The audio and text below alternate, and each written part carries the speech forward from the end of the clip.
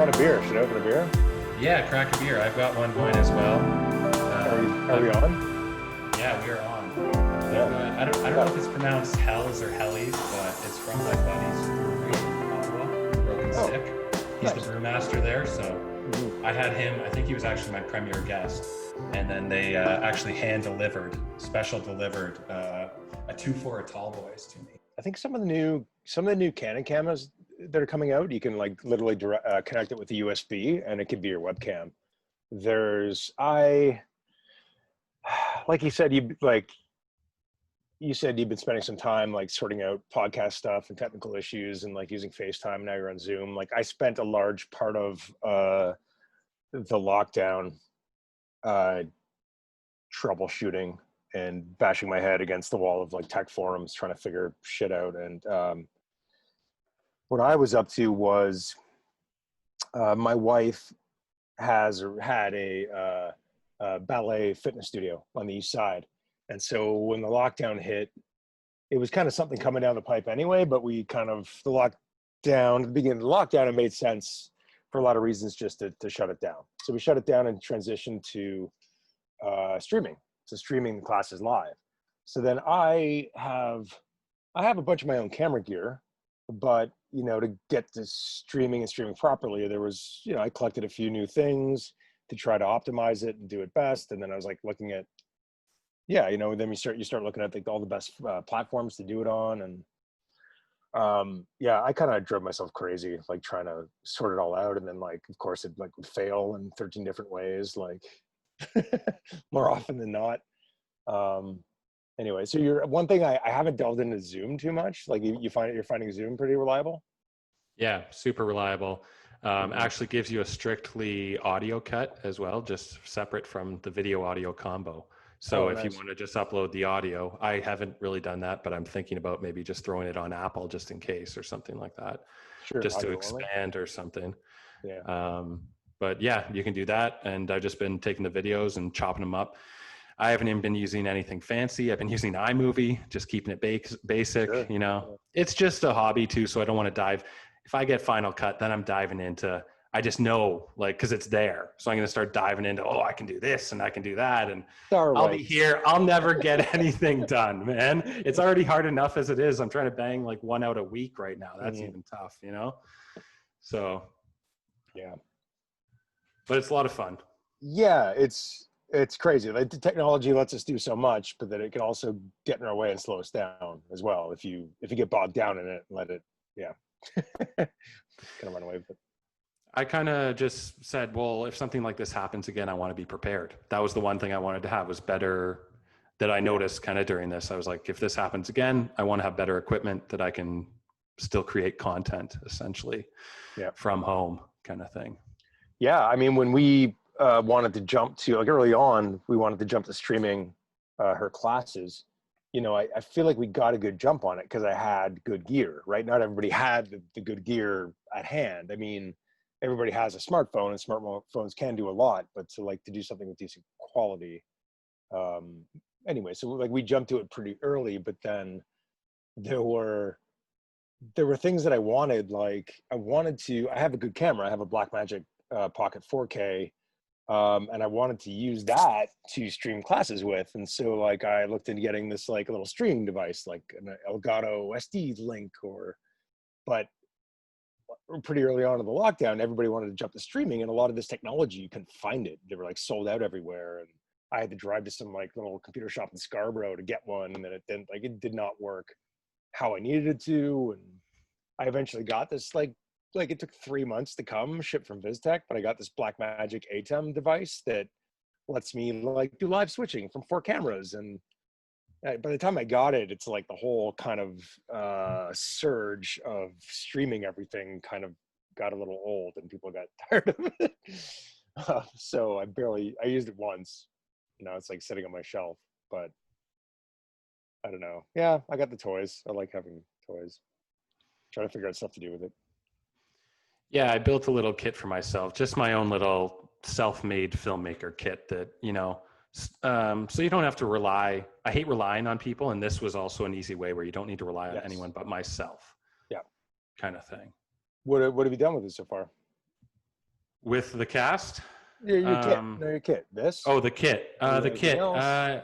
Yeah, I just shot a short film Hmm. that essentially I spent a year writing, a 10-page comedy kind of horror spoof, and then about a year going through like festivals or whatever. And I used these little, it was like a 5-person crew, even between all the actors and everything. It was like nothing, maybe 6 altogether. Yeah. And just minimal. I got a GoPro 7 and a couple of lights that have like magnets. They're actually, because my kit just sits in front of me here, but these kind of lights, and they're tungsten and fluorescent. Is that it? And yeah, so that's kind of cool. And they have different settings from 5 to 1 kind of thing. So what's your main camera? The GoPro? No, the main camera is a Nikon D3300, somewhat old. It's okay. I bought it way back in the day for like $600 because I'm kind of an indie style, and it said that it was like a good price for a quick like point and shoot, like doesn't need much, can work well with natural lighting. Yeah. One of the best cameras for the price to work well with natural lighting. And I'm like, that works with me because at the time I wasn't huge on 1.5 lighting setups for a half-hour shooting kind of thing. I'm like, let's go. I love the fun and the pace, and let's shoot. You know what I mean? And you know, and sometimes you end up with what you end up with because of that. But also some of these exercises that I'm pulling with this minimal amount of money is more so me learning other things, not also coming out with this perfect, exceptional movie with all the perfect lighting and all the perfect cast. It's like, no, this is just my like progress of my own film school. So when I do get a budget, we can like, you know, because when you do have a budget, you have very competent people working for you who take care of that stuff for you. Yeah. You know, so normally that stuff is not, but when you're making your own little small films, you have to do everything. I know. And that's just not sustainable. I've been shooting a lot of my own. Like I think the one thing I miss is like, I only had like a focus puller. It seems to be like, or somebody that actually knows how to light to help me. But I usually just go with natural lighting. But I you know, I like what you said, you just like, were tired of like waiting around and wanted to just have your own gear to do it. I that happened to me about, I guess 3 years ago. My partner, which my recent wife, Jen, is a dancer, and she was doing a live show at the Great Hall that had like, she wanted video elements in it. So we just started a little project and shooting her dancing, and like we shot all this stuff all around, and it like I've been a filmmaker for a long time, and I've done a few shorts. I got Bravo Fact money to do them, and and then I'd get a 25-person crew together and do it like a union show, which is what I'm used to doing because that's what I've been doing for 20 years. But I got really tired waiting around in between the 2 to 3 to 5 years it would take to get funding to do something like that. So I started that went really well, and I started collecting gear. I started off with like little Blackmagic pocket cameras, the original one that just did 1080, but they did 1080 raw. They were really small. I shot some really beautiful stuff with those. And then they came up with the new Pocket 4K, and I got excited about that and picked up one of those, which is also, it's under 2,000. It was, I think 1,700 Canadian, like plus tax Canadian. And it's like, it's a cinema camera. Some of the camera guys we work with professionally might balk at it, but it shoots beautiful stuff. You can put great lenses on it. And, for a mid-range thing, it's pretty epic. Really like super like user-friendly, easy to use. And I've just built up like a modest little kit around it. They're just like little sliders and a monopod I use a lot, and good tripods and little lights, and just always kind of trolling Amazon or Kijiji for like pieces of gear. I just drove to Guelph today to pick up like a 4-foot slider that I'm really excited about. I got a good deal on. Even those little accentuations, help. Every little piece, you learn so much. You're like, oh, just a little camera movement there or something, or all those touches. But even what you said, you mentioned a couple of things, even before when you said you went to Scarborough, and because everything just seemed sold out. Like during the time off there, everything was kind of sold out. It took me forever to get these webcams, and now I accidentally ended up with 2 at the same Everybody time. wanted streaming. Yeah. Tech. Other stuff you covered there kind of goes through like so many of kind of what some of my questions were built around, and like how long you've been making your stuff and what you're doing, what you're up to now and what you've been doing. And obviously during the time off, you said you were doing some of the social media or the streaming, and I saw the posts on social media of what you and your partner were doing. But did you get any, I know you're a writer in your own right, did you get any of your own writing done? Or are you working on anything new, or that you know, without giving away spoilers, maybe you could say? The whole lockdown period's been weird for me. Obviously there's been no like pro film work, so I've been just continuing like working on my own projects. But I guess where I landed is that I've gotten really busy, you know, helping out Jen with her transitioning her company. And we like just even shutting down her studio took a lot of time, and just moving that out. But then streaming, and it took just a lot of focus and time just figuring out how to best do that and collect gear, and kind of got bogged down on that. A problem I'm having is that like I wish I'd been writing more, but I feel like I got really busy with that kind of thing. I have been shooting though, creatively I've been shooting, so I have a big mountainous backlog of editing to do, which is, it's coming along. I shot a music video like last winter, and I still have for my sister that I haven't finished cutting yet, that I need to finish. I shot that with my Blackmagic 4K. There's some incredible shots in there that I'm really excited to finish and put together. I just recently shot a promo for my wife's dance fitness business, the Extension Room.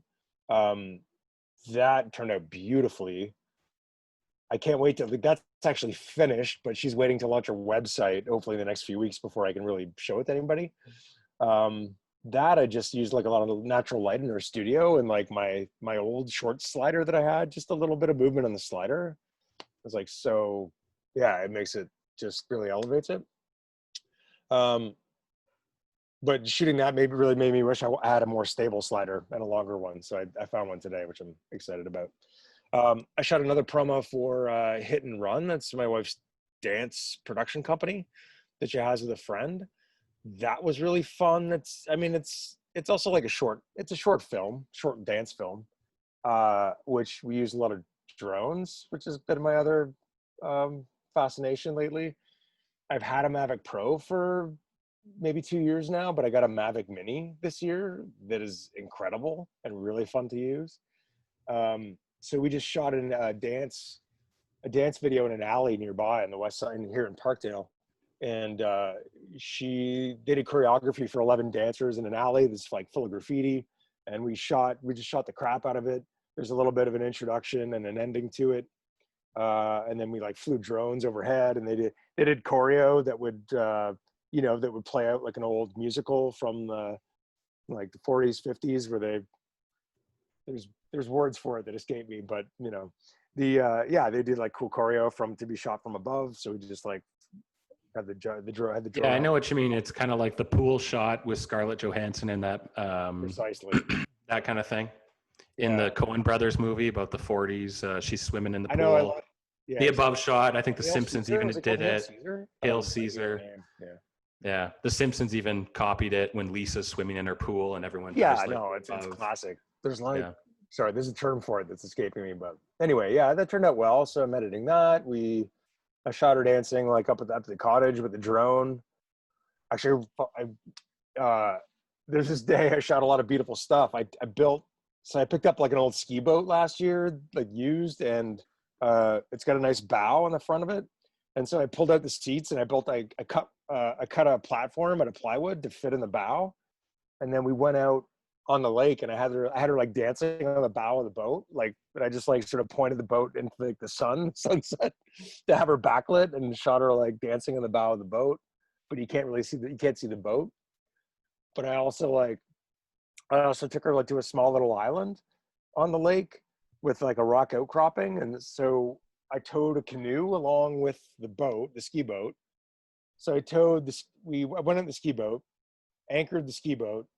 I paddled her out in the canoe over to the small island, let her off on the island with the speaker. And then I paddled back to the ski boat and tied up the canoe to it. And then I launched my mini drone, my Mavic Mini, from the platform on the boat, and then like flew it over to the island and stood there in the boat operating the drone as she's like dancing on the island with like the setting sun, and it's just gorgeous. Isn't it amazing that you actually even got a shot from everything you just explained that you had to do yourself? You know, you're dropping her off in a boat, you're paddling, you're going, you're doing all this alone. You know, like it's just incredible that filming is so tough. It is so hard. I've gotten really good at becoming a one-man band. I am the penultimate one-man band. I can, like, once in a while I do something bigger and bring in like one person to help me maybe, but like I do a lot. And I edit my own stuff too, right? And color correct and all the stuff that like an army of people do. But like we have the technology now. If you have the patience and tenacity to learn it, you can achieve a lot on your own. Which, yeah, it wasn't used, including like aerial shots with a little drone. The Mavic Mini, I think I picked one up for used for $600, and it's like I picked it up because you could fly it anywhere. My Mavic, my bigger drone, I wasn't able to fly it in the city, like in a few places that I wanted to. I wanted to fly it in my wife's studio before we shut it down. And then her friend has a studio that we're doing stuff in. I wanted to fly it like inside their studios with high ceilings, just to use it as like a crane, a jib, or just like a dolly shot, just hover it 4 feet across the ground. And, I couldn't, there's no fly zones with the larger drone. They really clamped down on them. But then DJI, that's a big drone manufacturer, they designed the Mavic Mini. So the weight threshold for proper drones that apply all the laws, the laws apply to, is 250 grams.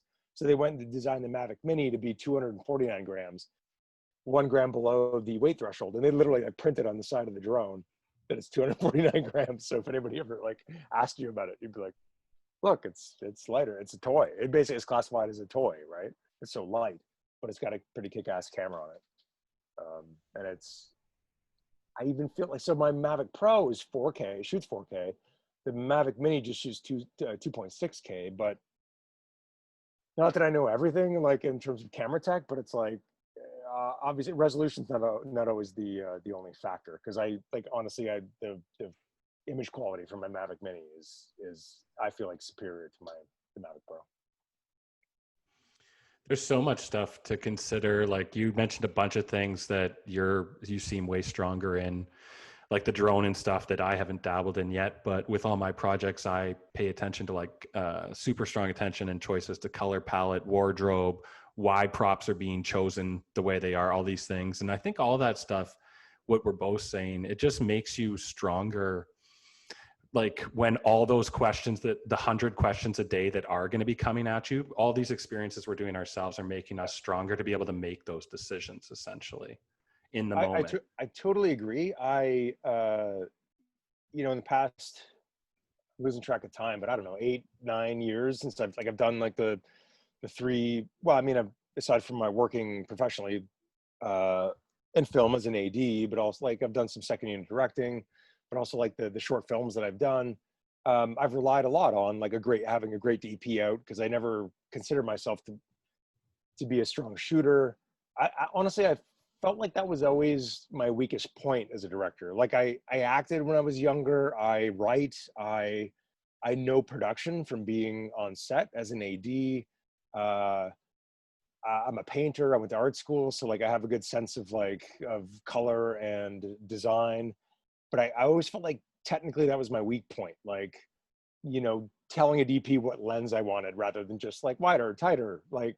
I felt like that was a bit of a weak point for me. So in the last sort of 3 years since I've been accumulating gear and shooting myself, it's been fantastic, because now I feel like I've shored up that weak point, and I feel like a confident shooter now. I feel like going forward, I'm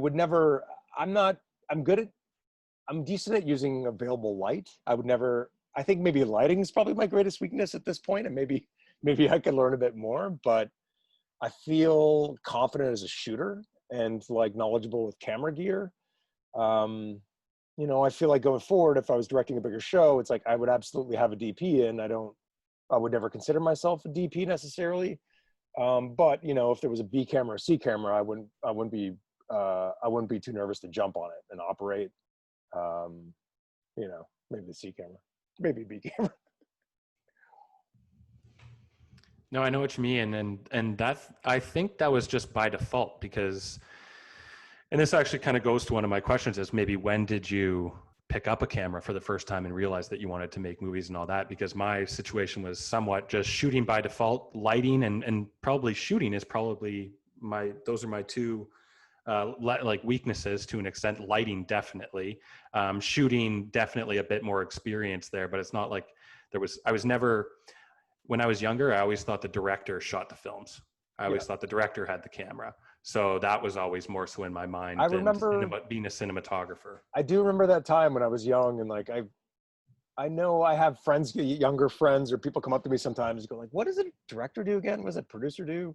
Like I remember that time in my life where I was like hazy on like, what does a producer do? What does hazy on those categories? But yeah, yeah, the direct, yeah, no, I don't know. I mean, from our experiences on like on sets, you watch that. And I tell people all the time, like directors come from different places, right? I mean, a lot of actors these days are getting elevated as directors, and they, you know, in my experience as an AD, it's like I'm handed, what's the word?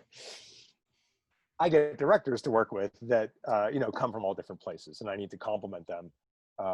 And so like, even, you know, even when I'm teaching myself here and all my experiences, I think is an asset in that job as well. Because yeah, sometimes you get an actor that's just elevated to the job, and they get, you know, some people might snicker or think that they're not qualified, but you look at what they do, and they get incredible performances from the rest of the actors, which is a large part of the job. You know, compared to, they might do way better at that than somebody else that comes on that's, I don't know, just a little over it or not great at like, maybe they're better technically but not as good talking to the actors. And then in that respect, they rely on you know, they rely on the AD and the DP to handle the technical aspects. And then sometimes you get a DP in the job of a director who's very technical and doesn't know how the hell to talk to an actor. You know, so either you find other people to balance out your deficiencies, or you're proactive in trying to shore those up. Yeah, I always wondered, even on the projects that we work on now, what kind of differentiates all these directors. And I think it just comes down to nuances. Who can get different things for each show, whatever they're looking for potentially. Really comes down to subtle nuances. Like you said, like one person's getting the performance out of the actor, one person's getting the shot, the atmosphere or something, like, because every show has different needs. Mm-hmm. Or what they're kind of stylized or going for. But one thing I wanted to mention about the one-man show and ask you if you went to any of these, I try and take part in those DGC kind of Q&As as much as possible. And there was one doc director, I can't remember his name, but he had like long gray hair. And I just remember him saying, this was like 9 years ago when I went to one. He's like, you can't sit around waiting for someone to come knock on your door. You just have to go out and shoot. So however you do that, you got to figure it out. It's different for everybody, blah, blah, blah, you know, but that was kind of eye-opening and inspiring too. Yeah. No, it's been amazing. And I'm really happy with my sort of mid-range kit, like shooting kit that I have.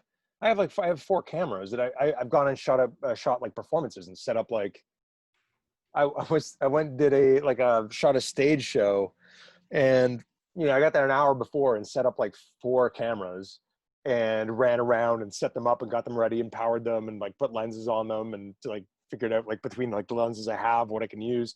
And then, you know, some of them can connect to apps on my smartwatch, and I can trigger them for my watch. So I could stand there with like 2 cameras and operate those and go run and turn that one on. But then where I clamp my iPhone at the back of the stage to get a reverse shot, I can trigger it from my watch.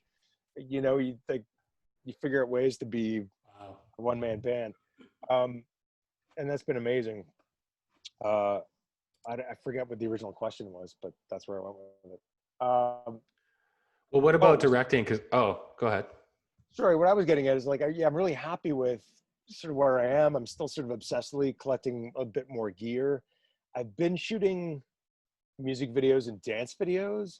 I think my one, I think because those are easy to do with just a few people or maybe two people. Like I've shot music videos for my sister Sarah.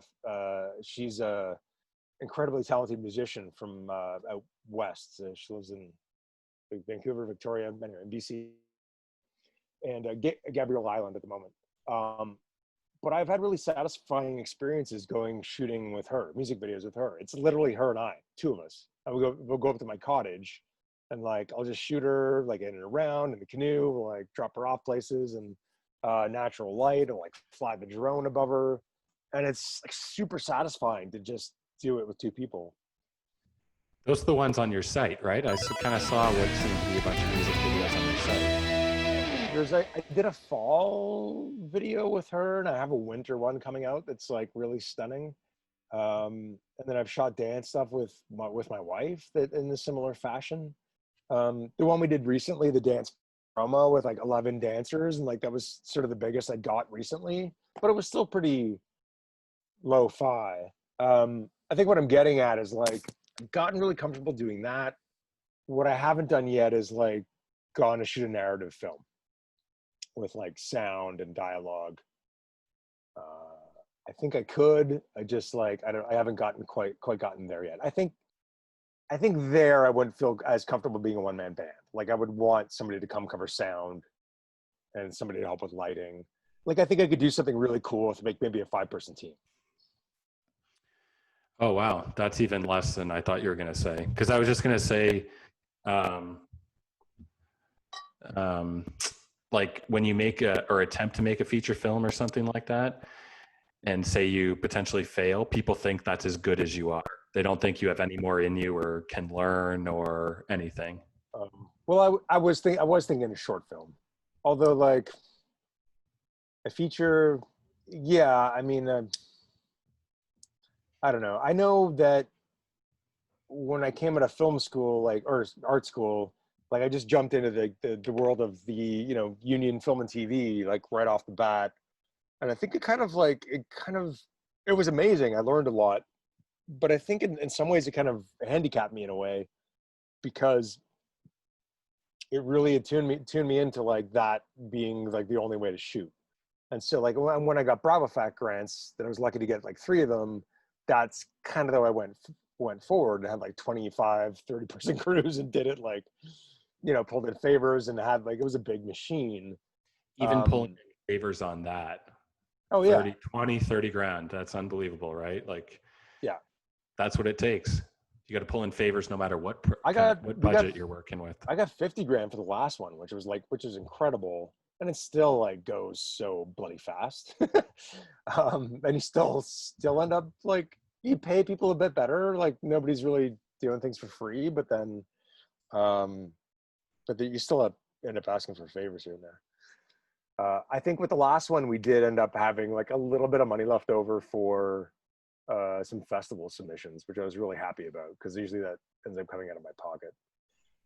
Yeah, and those add up for sure because you really want to get it out there and get feedback. We only got that though because we went and got a bunch of equipment from Sim, and I think I can say this, right? I don't think it's a secret that anyway. I'm very nothing but gratitude for them. They're amazing. I think we had like 8,000 budgeted, and they said they were going to give us a deal. I didn't know quite what kind of deal they were going to get, but it was like $8 grand in the budget it was everything, right? It was like camera and grip and lighting because they have everything now. And anyway, at some point during production, my producer like let me know. He's like, yeah, so we got the invoice for them, and it was for $0. They comped everything. It was we shot in the winter. It was really slow. They just had stuff. And it was, that was huge. Then all of a sudden we're like, oh, we're not over budget anymore. All right. Wow. What a gift. Yeah, that was awesome.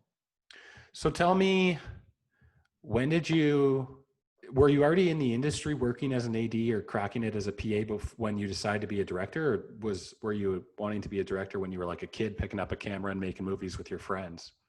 I have this really goofy bio on my IMDb page that I've tried to change a few times, but they won't let me.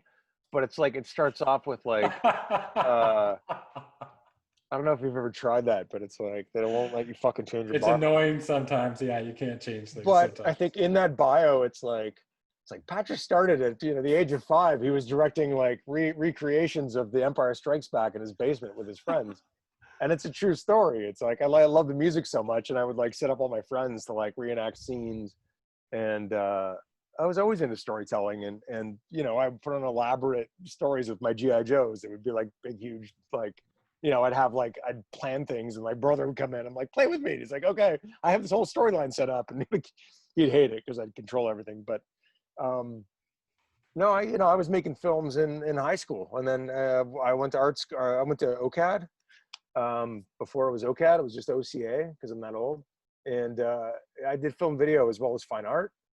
I was making movies there, and writing and directing, and no, when I got out of school, a buddy of mine he was in the DGC, and then he pointed the way to me to get in, and I just went and started PAing on film and TV, and that was back in like 98, 99. I made my first short in like 2001. I shot my first short called Tracks. I think I finished it in like 2004. He went to like one festival in Paris, which is really weird. But I went. First ones are always the toughest. Yeah, yeah. The French. I have a friend. I have a friend who's shot a film, a feature. Made a huge attempt to shoot a feature, and I'm pretty sure he accomplished almost all of it or something. But then struggled to shoot the finale because of loss of budget or lack of budget. And then I think he's still editing it now, and I think it's been 3 or 4 years. And these things happen always with a lot of people, right? Yeah. Whereas I'd rather shoot my stuff, make my mistakes, get it over with, shoot something else, make more mistakes, get it over with, keep going. And, Yeah. Well, yeah, I mean, you can't do everything yourself these days, but you can accomplish quite a bit.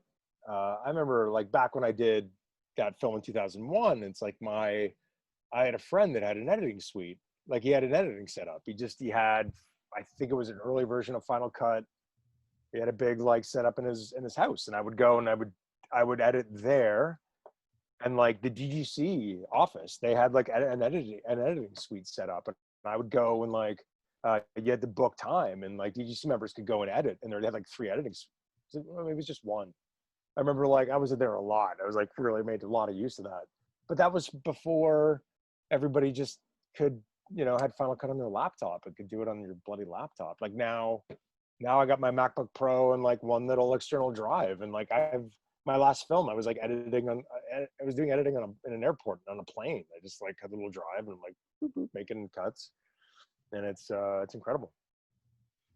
To an extent, it probably is going to make me sound like a film snob, but that's what kind of makes me mad is I was super into this and craving this stuff and seeking out ways to do it before it was much like you just said, before it was widely available to everyone. Whereas I feel today, a lot of people consider themselves filmmakers and think it's so easy. And, just because I have this stuff, and just because it, but it also makes me wonder, I'm like, how do some of these people who are utilizing this stuff so much better than me? And I think there is a difference sometimes between trying to make a narrative film or trying to make a film and trying to shoot something social media friendly, or a quick grab, or very short, or a flashy commercial or something, or a couple flashy shots with some lens flare or something, rather than, I don't know if people know how maybe complicated it is to like go through the entire process of creating a story from nothing, writing it, building all the characters, building all the props, going from actually shooting it on the day and using all that stuff and keeping your mind wrapped around everything and trying to tell a cohesive story and keeping it all together and keeping everything from not falling apart, because it is every day. So I think there's a mix maybe of, I still am leaning towards the dying film cinema like quality. I'm still leaning towards that and trying to learn that. Yeah, there's everything in between, right? From cinema to social media comedy sketches or TikToks. It's like there's everything. There's a whole range. It's yeah, everybody has the tools, but how are they used? How to use them, how thoughtfully to use them, how artfully to use them, or not, or do you just do funny things that get a lot of attention?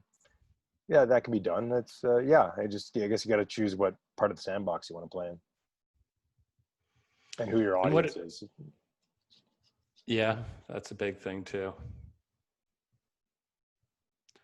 The couple films that you mentioned, like the Bravo Facts and stuff that you had a decent, you said $20, $30, $50,000. Were you a producer on those as well? Somewhat by default, or at least to get things going? And did you wear the producer hat the whole time, or are you one that kind of surrounds yourself with people you can trust and they kind of take over the producing hat, because it is so hard to do everything at once? Yeah, I feel like with most indie film, or especially short films, like the director often wears a producer hat. I think by necessity, but also, I mean, it's by necessity, but also, I don't know. I think I have a pretty strong creative vision, and you know, and all the shorts that I went into, like the Bravo Facts, I also, having a strong foothold in the industry, it's like I would also be pulling in a lot of people. So I would be like, you know, that's often a producer's role, is like cast it well, input on casting, but also like bringing in resources and people. And so like I would have a large hand in crewing up. I did always bring in producers to try to take that role away from me during shooting. So that, you know, I mean, I'm sure I think the money always ended up probably in my account, and I was like signing checks here and there, like during shooting, but that was kind of, it was mostly it. Because it's like, it takes enough to direct and make that all happen. I know on Day versus Death, I had a fantastic producer, Ellie Weisbaum, and she doesn't want to produce anymore. I keep trying to like rope her back in, but she was amazing, and would make things happen for me. And it was incredible.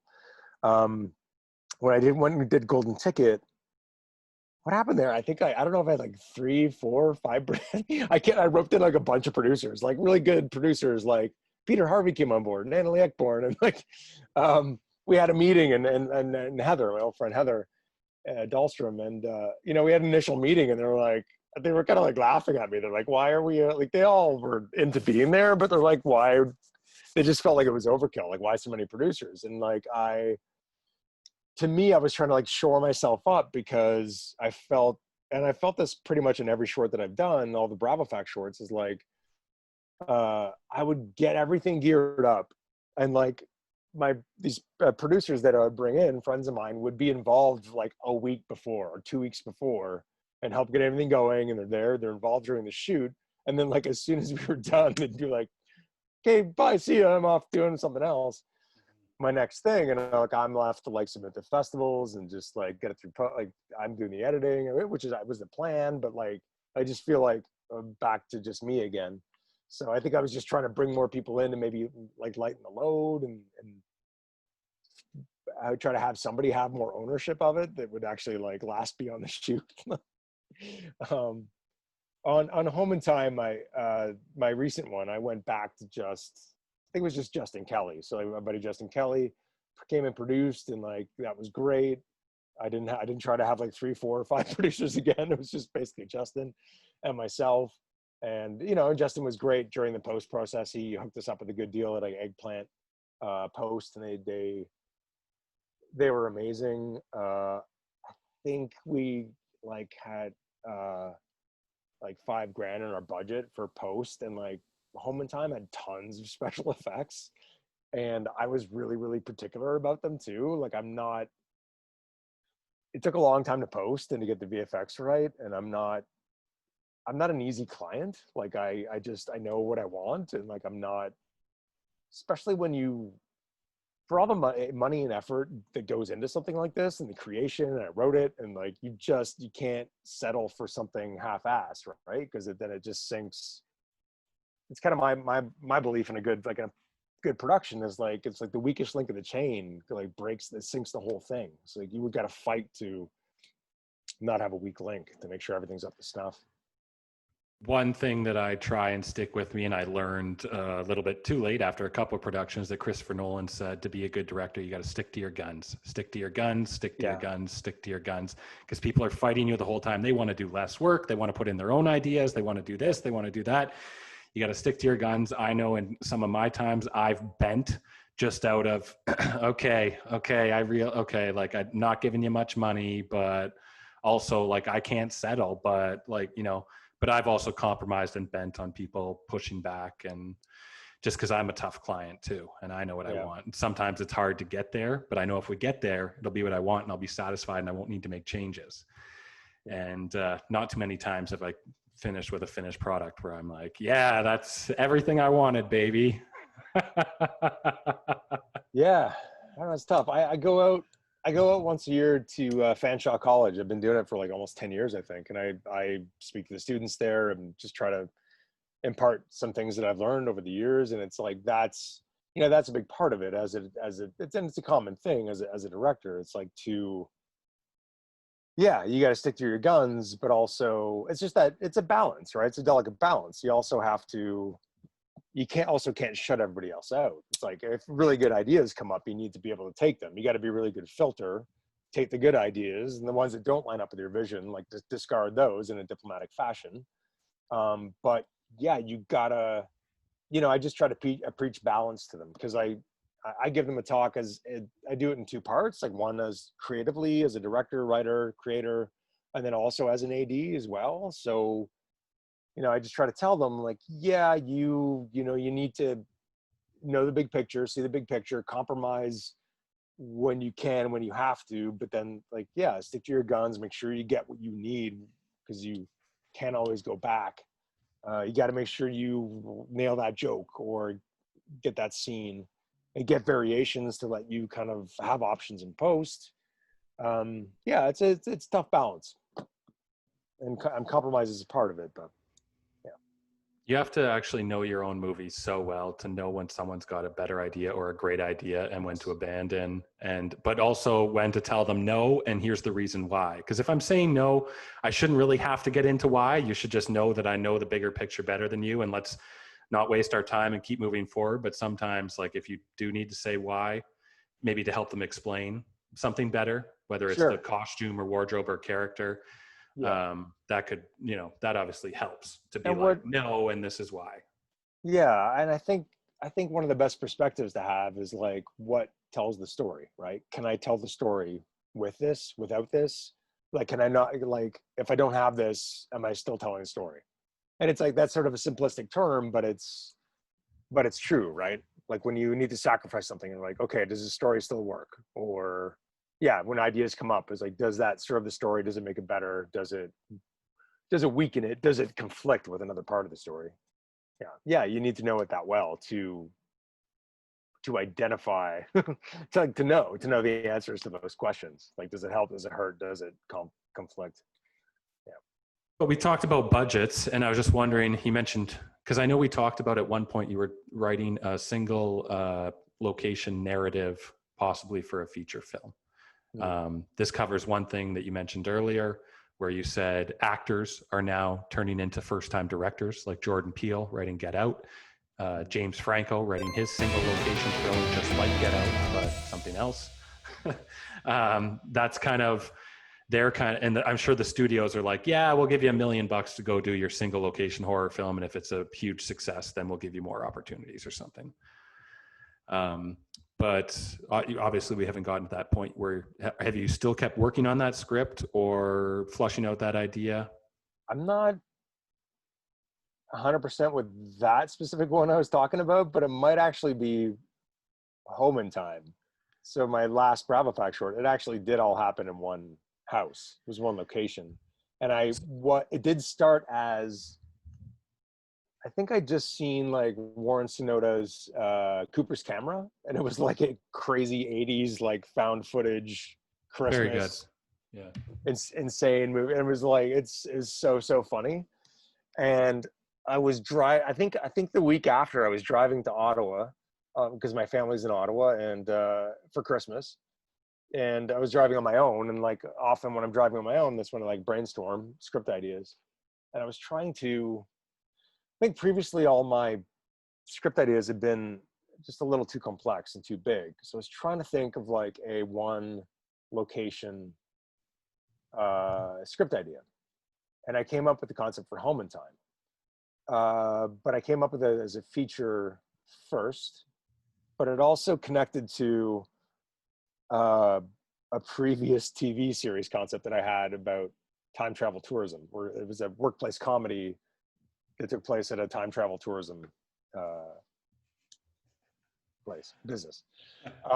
So I came up with the feature concept, and then I don't know if it was a year. No, I think it was just a few months later. It was like that February. I was applying for Bravo Fact again, and I put in like that year. I put in like a little drama, like just a little simple dark drama, because I hadn't done drama and I didn't want to just be pigeonholed as a comedy guy. So I thought I should do a drama, which is also one location. But then I thought like, okay, well, trajectory wise for me, I thought like a short's not going to help me anymore because I've done some shorts and they've done well. I need a short that's going to like lead to a feature, or is connected to a feature or a TV series or both. So I put in the dark drama to Bravo Fact. I think they announced that Bravo Fact was ending. So I was like, oh, okay, they're ending. Why don't I just put in something, see what happens, see if I get something before it ends. So I put in the little dark drama, and then but then I thought like, okay, well, I should put in something that connects to a TV series or feature. So I made a short version of Home in Time, the Home in Time concept. And I gotta say, I was so fucking surprised when I heard back from Bravo, and they didn't go for like the little simple drama, which I thought would like be kind of a shoe-in. They were like, yeah, give us because at the time they wanted like a 9-page script that, anyway, my Home in Time short was like a 17-page script with like 11 characters, and it was fucking crazy and off the wall and like time travel, like, and did like, here's 50,000, go make that. I'm like, okay, great. So I don't know, they dug it. They made it. It's so, one location. Sorry, it's one location. Yeah. But it's like so fucking high concept. It's got like sci-fi gear and VFX, and I think I have a hard time making simple things. That was my one location thing, was like I could barely make the short for like 50 grand. It was so like big. And super lucky to be able to do that a couple of times. And that kind of goes back to the question I was kind of getting to before about budgets. And you maybe just have answered. I was going to say, what's kind of the budget wheelhouse? And maybe you kind of just said where you don't like doing simple things. So it's got to be complicated enough where you're working with, because the most I've worked with is about 20,000, and about 15 or so was mine. And I was able to get 5 from a investor of sorts for post-production at least. Nice. But that was about the highest. And it was, it was kind of like a 45-minute mess feature. Well, I think you work with the budget you have. Like, when we had the 50 grand, like, so Day vs. Death, I think I applied for 25. That was a limit at the time, and I got 20. And I ended up spending like 32. And the rest of that was my own money. That kind of hurt, but I was just swinging for the fences. It was my first sort of kick at the can at something with a budget. It did pretty well. Golden Ticket, I applied for 25 again, which is still the limit. They gave me 20. And then like, I sent them my budget again, and I'm like, my budget's 28. Like, you gave me 20 for Day vs. Death, and I gave you a $32,000 short. I'm like, right now my budget's 28. Like, can I get the 25? And they're like, yeah. They're like, don't tell anybody, but okay, here. And they gave me 25, which was good. So I didn't blow as much money as I did on that one. Home in Time, like I said, it was nice. So like having the 50 grand, you just, like, a lot of people work for free on Day vs. Death or Golden Ticket, or like $100 a day, or he pulled in more favors. So Home in Time, so you got I had 50 grand, and then you spend it all, because when you have that money, you don't necessarily want people to come work for free. So then you're paying people like $200 a day, or rough average maybe, and then it goes. But then you feel better because your people are actually making a few dollars and not just volunteering.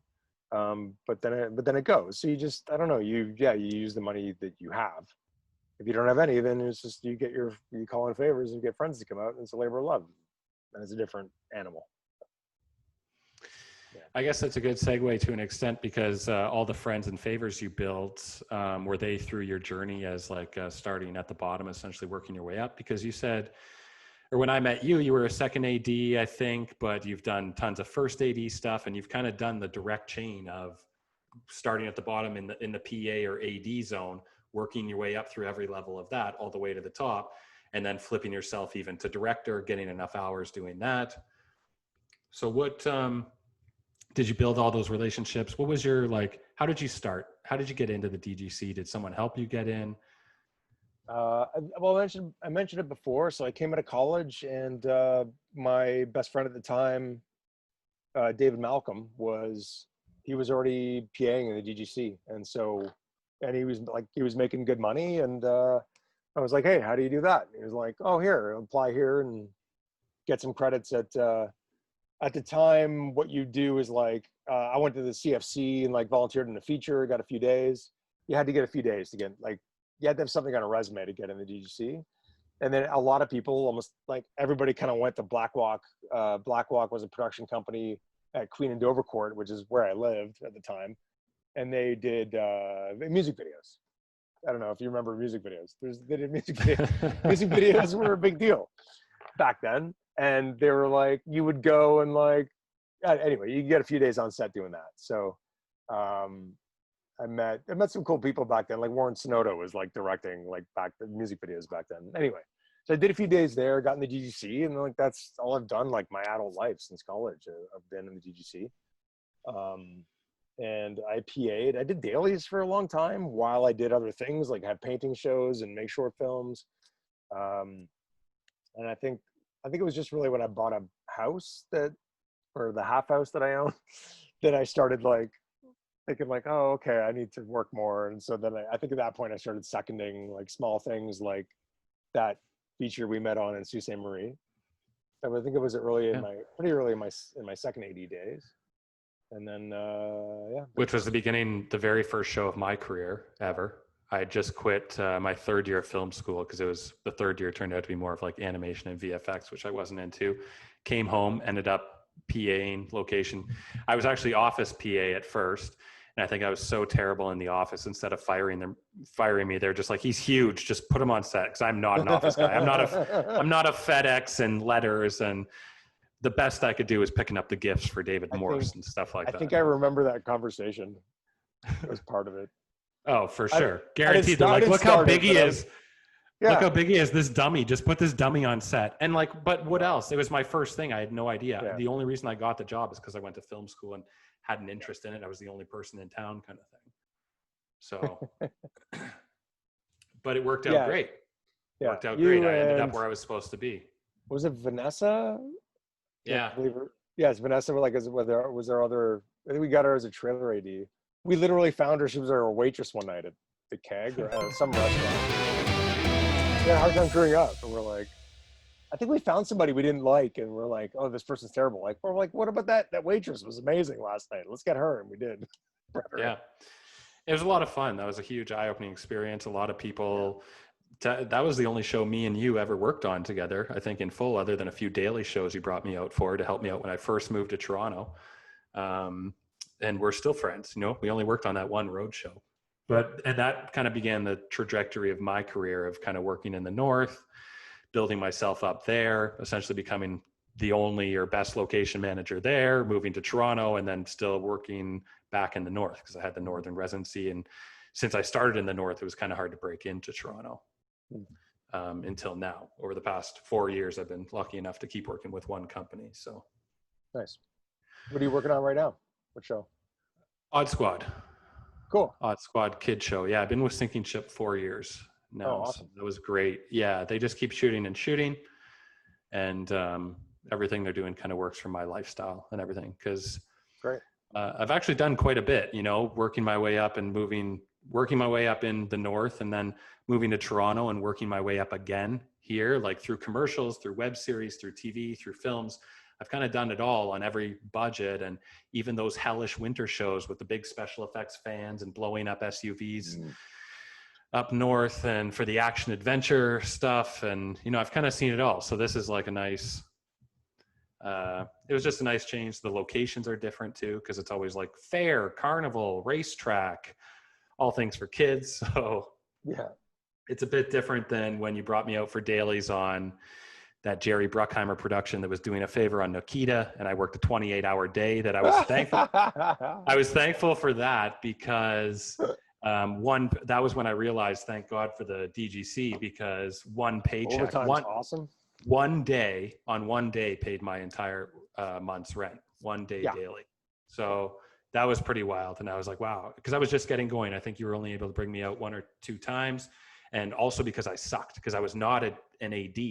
And I was also still trying to learn even the location side and the business and all that. I remember at one point they put me out on the beach. We were shooting on a beach, and the girl just kept telling me, she's like, go watch those people crossing the background back there, and put me so far. And I'm like, they can't see me. And I was there like the whole time, like telling people, I was like, oh, don't walk here. Oh, don't walk here. And they had shot for so long, they forgot I was even over there at one point. I came back. It was like 5 hours. I came back and be like, are we done this yet? Or what's going on? Like, you're still over there? I was like, is that waiting for 28 hours? They just forgot. You just came back like that was a different day. A day and a half later. Like the 28-hour day was we were at Niagara Falls, and there was helicopters and big police things, and it was wild. It was for some Miro Sorvino pilot that never got picked up. Yeah, and I remember the Grips or whoever from New York, because it was a favor. It was like, normally you worked on Nikita, but it was a Jerry Bruckheimer favor for them the New Yorkers to come across and shoot something here. Yeah, it was an American show that came over and just wanted to use our crew base. And I didn't really know like how to have patience, or I was still trying to do my job, and I was supposed to get timesheets for like Grips or whatever. And it was like these old New York union guys who, after asking them 2 or 3 times, they were about ready to rip my head off. I was like, okay, I'm just not much easier getting timesheets from Canadian Grips. You know? Okay, there you go. But it was just a wake up call, like, you know, and you even probably grew up in a different time. Like I had to grow up in kind of a cutthroat industry, and to an extent, I'm actually kind of thankful, because it gave me a lot of thick skin that you need to survive in this industry, to be able to navigate your way, and also to know how to treat people better than you got treated and all that stuff. But it does take thick skin. I don't know, all man. the rejection. It's just all the rejection too. I think the business has got just progressively less nasty. Like for sure. Every year, like it was rougher. Like before you started, I'm sure. Like when I used to, way rougher. Yeah, way rougher, I'm sure. Yeah, but it was. I don't know. I kind of liked it. It kind of, I don't know, thick skin, because I definitely did not have thick skin at the time. I was getting hammered hard emotionally and mentally, and being like, wow, this is a tough world, you know, industry to make it in and break it in. Because before that, I was king of the castle, shooting my home videos in college and stuff, right? Like that's. Yep. No, it's, building up some scar tissue and some thick skin, it can serve you well in life. You mentioned, and I saw on your IMDb, and you mentioned that hilarious thing on your IMDb, and it said you're a bit of a painter as well. How did that, and it's on your website, I saw you only have 1 work for showcase on your website currently, but I'm sure you have a ton of stuff. And did you do any painting during your time off, or? There's some paintings on my website. I think you just got to click on it, or I think there should be a few on there, unless it's not working. There's more? Oh, okay. No, it's working. There was one bigger one. Maybe I got to click on the bigger one to. Yeah, maybe.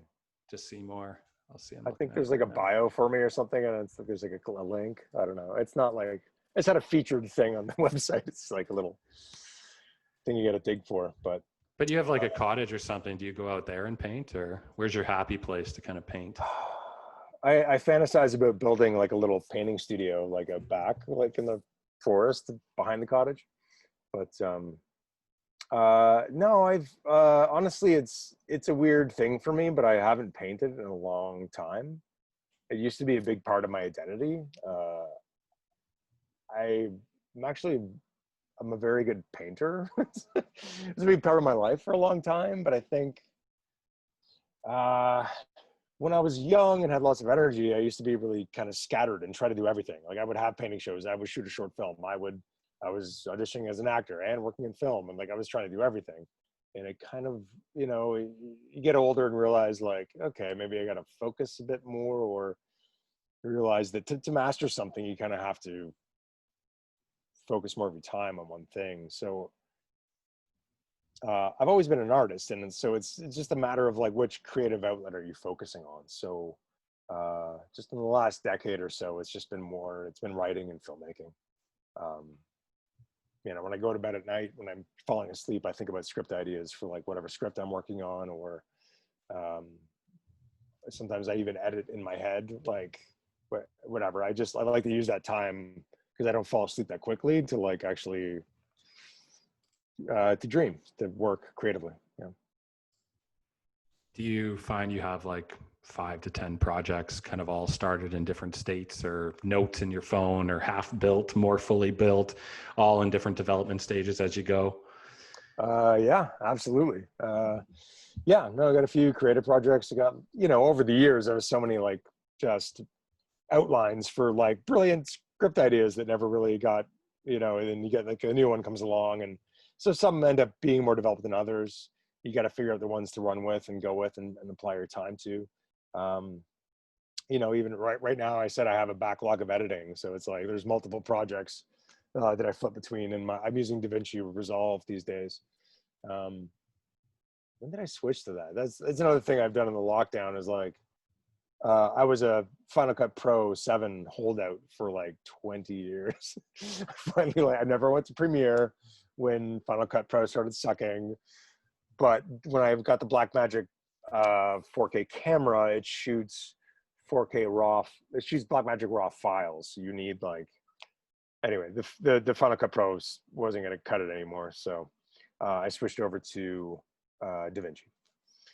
So it's been good, but that's been like a learning curve. I've gotten better with it. It was very stressful making the transition because like with the old program, you know it intuitively, you can do things really quickly. And then like, it's pretty stressful to move to a new one and be like, okay, I'm working in this. It's going to take me longer. I'm figuring it out. I feel like an idiot because I don't know how to do these simple things that I used to do, but I'm still learning and getting better with it. Because editing already takes so long to begin with. So long. I get lost in it sometimes, and that's the fun of it. I love editing. It's so much fun, especially if it's your own stuff.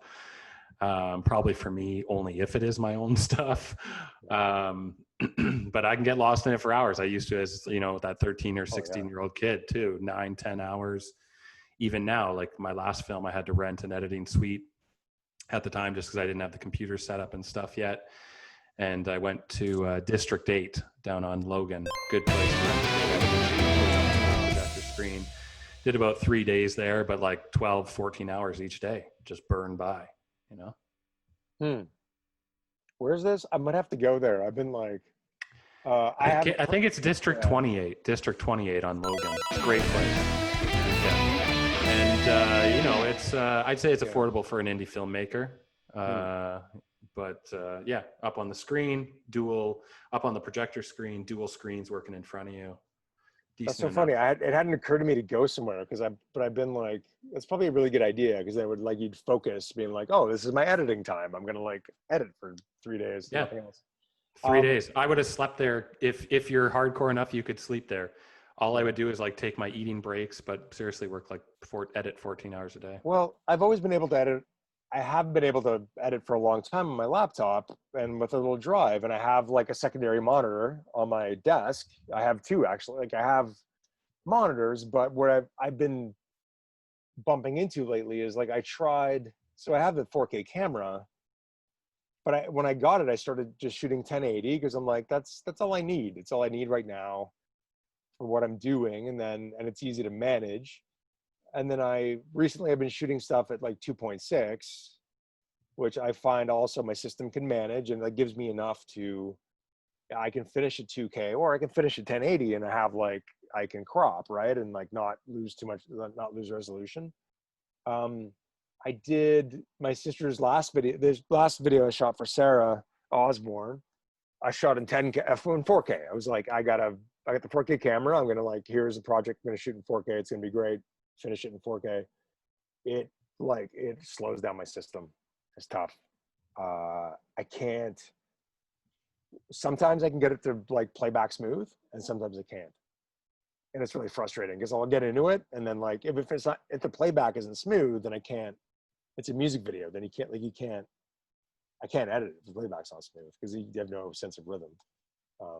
So anyway, either I need to upgrade my system or I need to like go somewhere with a better system.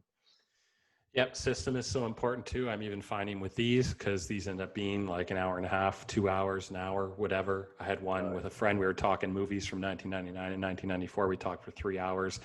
And once the video's done, it ends up being 200, 300 gigs. You do 5 or whatever, you know, you're done. Your computer's done. So I'm just hard drive, all these videos I'm making. They take up so much space. Yeah. I'm shooting videos. So I shoot, so I'm shooting these exercise videos for my wife. So they're dance fitness videos. Like I don't consider that like part of my work, like as a filmmaker, but it's shooting. I always want to make them good photographically. She always reminds me like, it's a fitness video. You don't have to like care what, anyway, like I'm trying to, anyway. But I always like, I have these principles beaten into me after like 20 years on set, and I'm always trying to make them still look good. And I do some of the camera moves to follow her.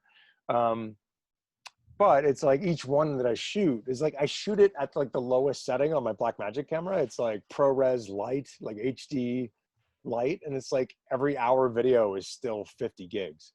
So I have this like 8 terabyte drive and I'm just like dumping like every other day. It's like 50 gigs, 50 gigs, 50 gigs. And it's like, it's gonna fill up pretty soon, but there's tons on it. But the beauty of like shooting these fitness videos every day, it's like, it's not that creative, but it's like, I've become really quick with my gear. Like it's helped me just be really fast and intuitive with my camera and the gear that I use doing that. And like just setting up quickly and taking down quickly. And, that's sort of built up skills on itself. Cool. Well, man, I think that's all my questions. Other than one, it's not a question, but one interesting thing is that we do have the same birthday, which is kind of cool. And both work in film and both, we're birthday brothers, and we're both into the writing, the directing, and producing, and just the ambition of having this nice career of living comfortably and making this stuff, our own personal stuff that we love. While also making a paycheck, working, helping other people achieve their personal stuff that they love. Is there anywhere, what kind of social media, is there anything maybe you're even thinking of working on coming up next, your next film? I know Home in Time is finishing its festival run. Do you take a little bit of time till your next project, kind of meditate on it and it kind of simmers in, and then in 2 or 3 years, you're like, oh, I'm going to take another stab at another short film? Are you reassessing things now because of the state of the industry? I really hope I'm done with short films. I thought I was before Home in Time. Home in Time is actually like, it's a proof of concept for a TV series. It was kind of a proof of concept for a feature, but it's like, no, the goal is to get my own show. So Home in Time is a proof of concept for my TV series called Time Tours. So it's a workplace comedy set in the world of luxury time travel tourism. And it's awesome. So I'm looking to go out and pitch that. I did submit it to that like Canadian Netflix kind of trolling that they were doing, like bringing in trawling. Right. That 5 million people submitted to. Yeah. I didn't do to that one, but I did to the CBC one. I think I submitted a different thing to the CBC, or maybe both. Yeah. Sometimes I wonder if they're actually looking for stuff or if they're just looking for stuff. It's a weird thing about the industry. Sometimes when people are filing through all that stuff, they're like, oh, this is great. Now, instead of getting the person who wrote this great thing, let's give it to this other person. So that happens a lot too, which makes no sense. Oh, sure. Yeah. And it's just like, they could take the loose concept and just like do something different with it, like different enough that they don't have to pay you. Anyway, I got like 2 series that I'm pitching, and a feature that I wrote a while back. We have a New York casting director working a lockdown cast for it.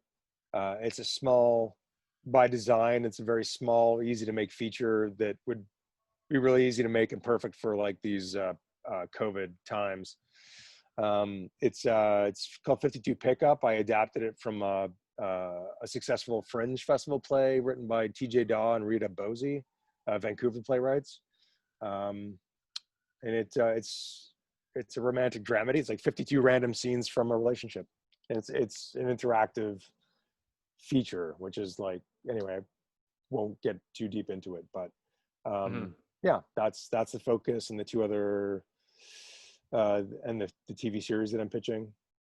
One of them based on Home and Time, the short, and I'm shooting music and dance videos. Cool, dude. Well, Yeah. what's your website that Torchhead.com, torch-head.com. You can see all my stuff there. That's your production company too, right? Yeah, Torchhead Productions. And then what's the social media as well? I'm like business. Patrick, Is it a business social media or? not really. Or Well, personal? yes and no. I'm like Patrick Hagarty director on Instagram, so that's kind of more. I have a personal one, but that's like my Patrick Hagarty _director. Yeah, and then Facebook, I just have personal presence. No Twitter. I have like some great dance videos on TikTok. Yeah. You have a lot of stuff on your site, dude. Are you using Vimeo for that? All those videos? Yeah, yeah. Like a yearly, annual subscription? Yeah. My wife with her stuff got like the premium Vimeo to do live stuff. It's like $100 a month. I just went with the $10 a month package from Vimeo to like have enough storage. And you know what it was? It's like, I think the threshold was that when I was embedding videos in my website, like you had no control over the text overlay over the video unless you went with unless you paid them, unless you like gave them like $10 a month. And then you could change all the text that like busies up the little embed thumbnail. And so like, I'm like, okay, I paid them so that I could have like embeds that are just kind of clean on my website. Yeah, it's a good place. You got to have somewhere to collect all your stuff, and that's one thing I haven't invested in for the annual thing with Vimeo, but I probably have to or should just because it is. Yeah, I'm gonna have you got a lot of stuff on your site. You got 12 or 15 different videos. That's a lot. I'm gonna have I got a lot more coming too, which I'm excited about. Cool. So I'm gonna put a post up there about your site so people can check it out. Sure. Other than that, man, great chatting with you. It's always great. Stick around after I sign off here, and we'll just have a quick chat ourselves. But that's Patrick Hagarty, everybody, writer, director, producer, just filmmaker extraordinaire altogether. Thanks, buddy. It's great to talk to you as always.